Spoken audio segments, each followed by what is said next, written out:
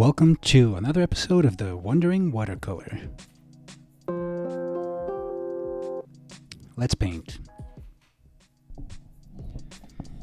So this is the next page for the Majestic Horses watercolor coloring book.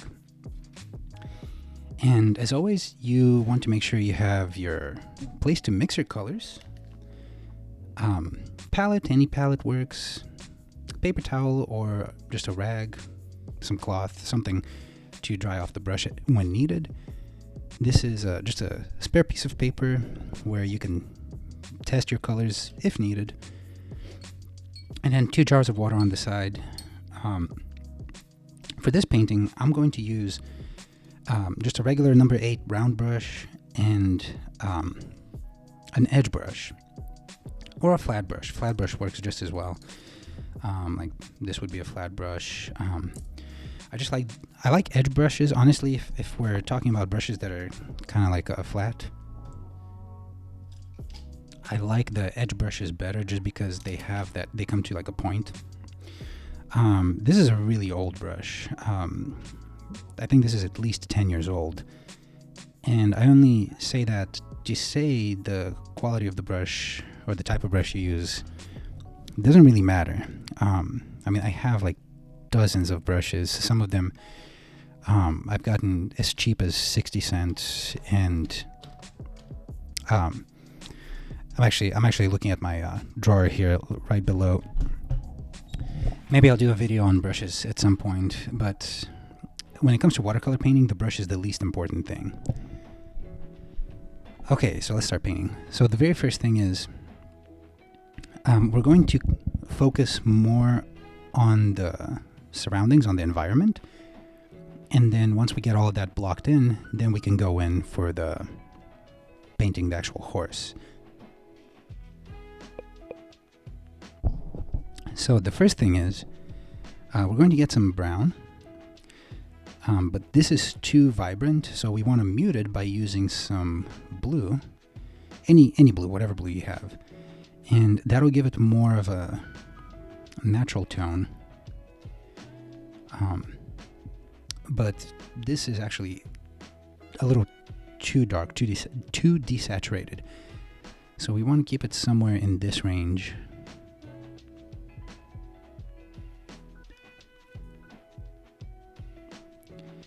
And let me test it a little bit.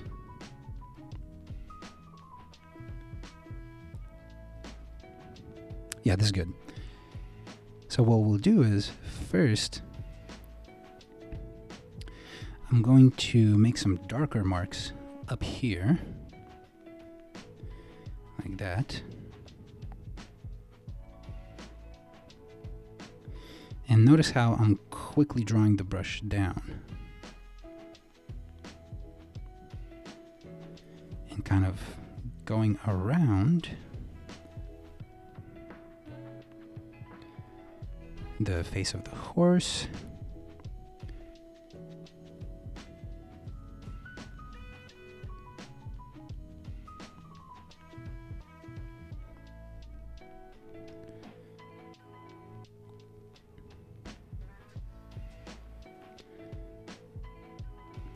And then I'm going to wet my brush and then just pull down. I'm doing it very pressing down and doing it kind of harsh. I want to show the texture of the brush stroke as well as the texture of the paper. Kind of fade in some of that.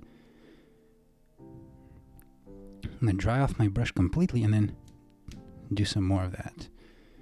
I want to show that kind of like artistic looking brush strokes as I'm layering in the colors. And so we're just going to let this dry. Now there's a lot of water right here, so we want to let that dry. So the next thing is to focus on the area surrounding the horse. And we do that by getting some purple. If you don't have purple, just mix red and blue. Here I'll show you. Just get some blue, some red. Usually you want to use more red when you're mixing purple. Let me add some water to it so I can see it a little better.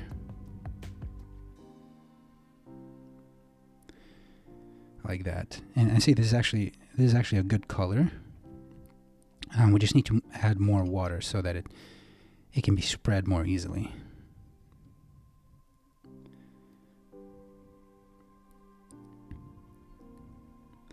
And we're going to do the same thing. So further back, it's darker, so we're going to use the darker, more saturated, more pigmented mixture. We're going to use it back here. Now remember, everything with watercolor, everything dries lighter. So like this right here is getting lighter as it dries. Okay, so we're just adding that in, blocking that in right there. Also, carefully here underneath the neck and the chin. Very carefully just add that in. And then what we'll do is rinse our brush a little bit, but keep the moisture in there. I'm going to pull that out upwards and diagonally, kind of like that. Perfect. Just like that.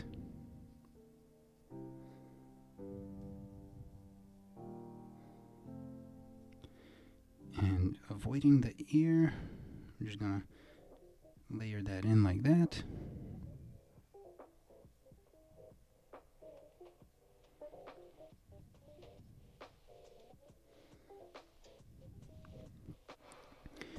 Maybe add a little more dark color here underneath.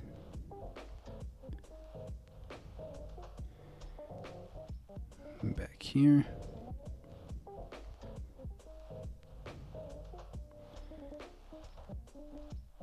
And now what I'm doing is I'm just using the length of the tip of the flat brush to kind of create some lines like this.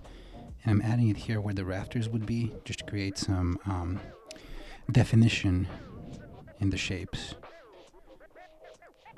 And also over here for the triangular shape, just kind of adding definition to some parts of the barn.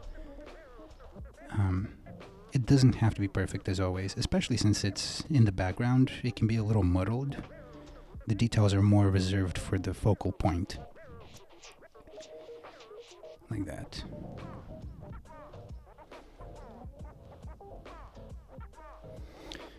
Okay, so that's good. Next, we will go ahead and add back in some color over here for the little wooden door, for these wooden planks, and also we're going to separate them by adding a darker value. But first, we're just going to grab some brown, add it to the mixture that we already have, and then same thing, add some of the blue, kind of dull it down.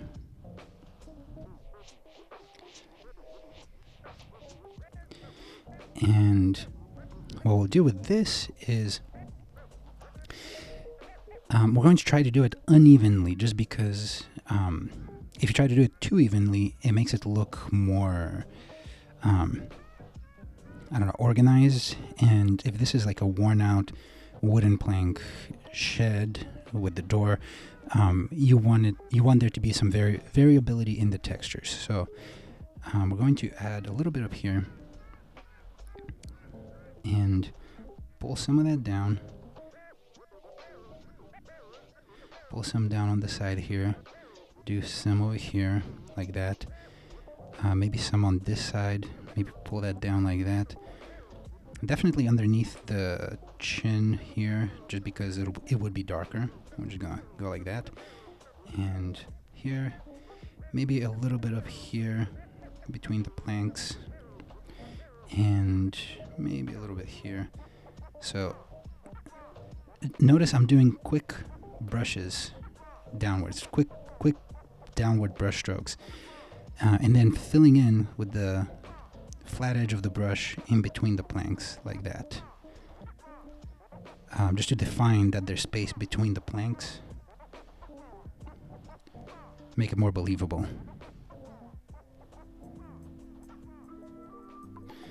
Like that.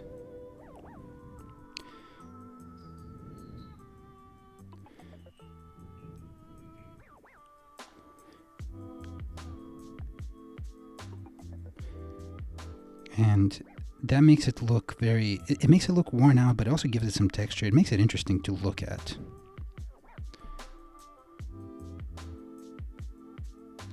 Maybe add a little more here. Like that. Okay, that's good. Now that we have all of that laid in,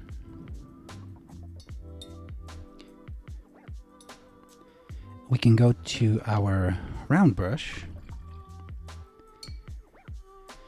and just get straight brown. The exact brown that I'm using is English Red Ochre, but if you've seen some of my previous videos, you know that I generally try to avoid using technical terms. I don't think there's any need for that. You can see exactly what the color is. It's brown. Use it. Okay. The first thing that I will do is just create a flat wash where I'm just blocking in the color. So the whole thing, I'm just gonna avoid the eye and then just block in the color.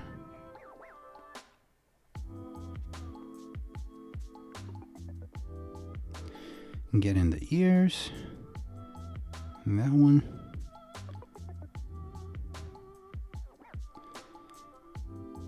Block in the rest of the face here.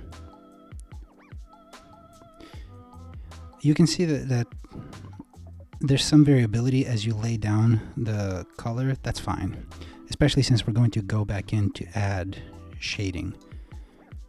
So just don't worry about it. Fill all that in. And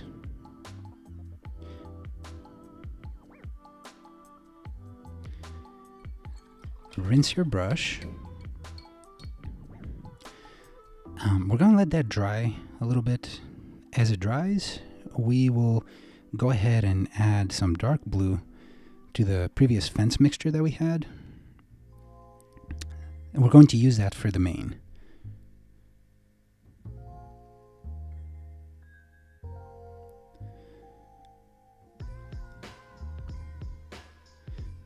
And same thing, I'm just going to block it in, and I'm not really too worried about how it looks. I'm just trying to fill in that color, almost like using a marker. Like, I'm trying to basically let myself know as I'm painting, okay, this is this color, and then later when we're adding shading, we know how to adjust the color for that. Okay. I'm going to dry my brush. I'm going to pick up that little extra that I left there, make it look better. Okay, so that looks good. Now we can go ahead and get more concentrated with the brown. Maybe add a little more water just so that it's easier to spread around, but not a lot. Okay, and now using this brown, I'm going to add some details and shading.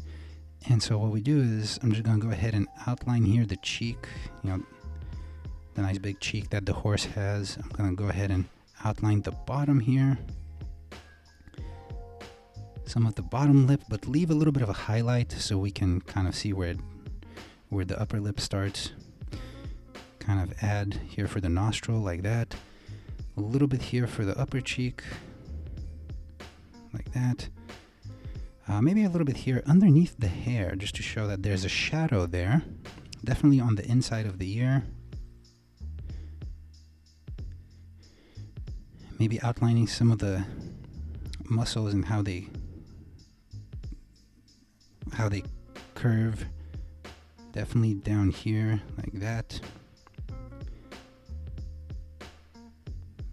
A little bit like that.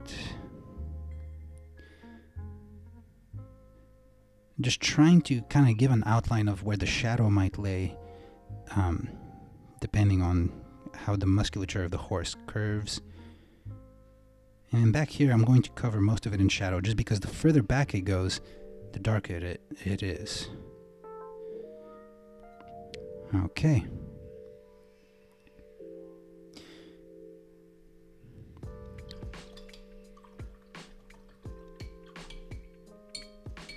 And the last thing I'll do is I'll grab some more of this color that we had just mixed a moment ago, and then add a little bit of shadow. Not too much, just a little bit, some variability in the hair of the horse. Make it a little darker. Show that there's some form to it. Whenever you add shadows, it always makes any object, any form, look more three-dimensional.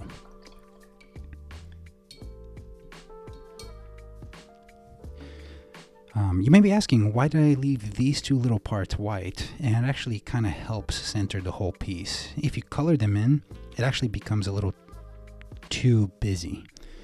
I'm just going to step back for a moment, take a look at it.